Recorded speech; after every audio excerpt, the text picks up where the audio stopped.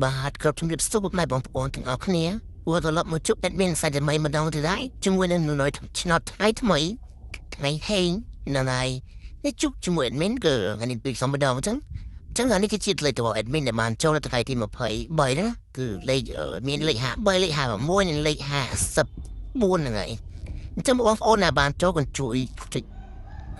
ខមមិនតាប់ admin មួយផងតែបានចូលអញ្ចឹងណាហ្នឹងហើយអញ្ចឹងលេខ admin ចូលមានប៉ុដូចប៉ុ face ប៉ុ I ហេប៉ុ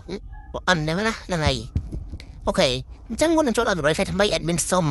បងប្អូនអរគ្នាជួយចុច subscribe admin មួយផង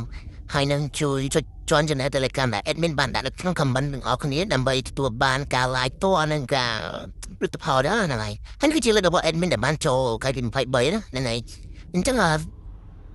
កាសយើងឲ្យខាត់ទៅយើងចូលដល់តម្រុយថ្ងៃថ្មីរបស់យើងមកទៅថ្ងៃទី24ខែ4ណាហ្នឹងហើយចូលគេអញ្ចឹងមុននឹងចូលដល់ថ្ងៃថ្មី admin សុំម្ដងទៀតសូមឲ្យបងប្អូនអរគ្នាជួយ subscribe admin ម្នាក់មួយដើម្បីទទួលបានលទ្ធផលនិងកម្រៃច្បាស់ពី admin អញ្ចឹងណាអូខេហ្នឹងហើយចាអញ្ចឹងតើយើងចូលទៅរបស់យើងដែលមានខ្ទង់អពីរលេខនិងលេខធំអូខេតាយើងអញ្ចឹងខ្ទង់អមានលេខ10និងលេខ80អញ្ចឹងបងប្អូនទៅអទៅសម្រាប់ពីរខ្ទង់ហ្នឹងគឺអចោះហ្នឹងហើយមានផង A ផង B ផង C ផង D ហ្នឹងគឺអទៅបងប្អូនហ្នឹងហើយ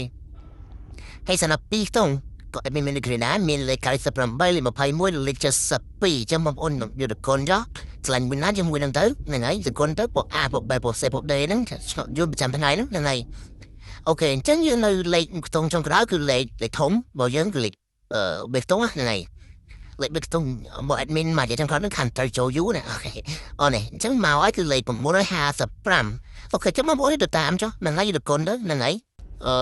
ចឹង admin សុំជម្រាបបងអរគ្នាជួបតែសំណើល្អហេងអរគ្នា admin មានប៉ុណ្ណឹងទេបាយបាយ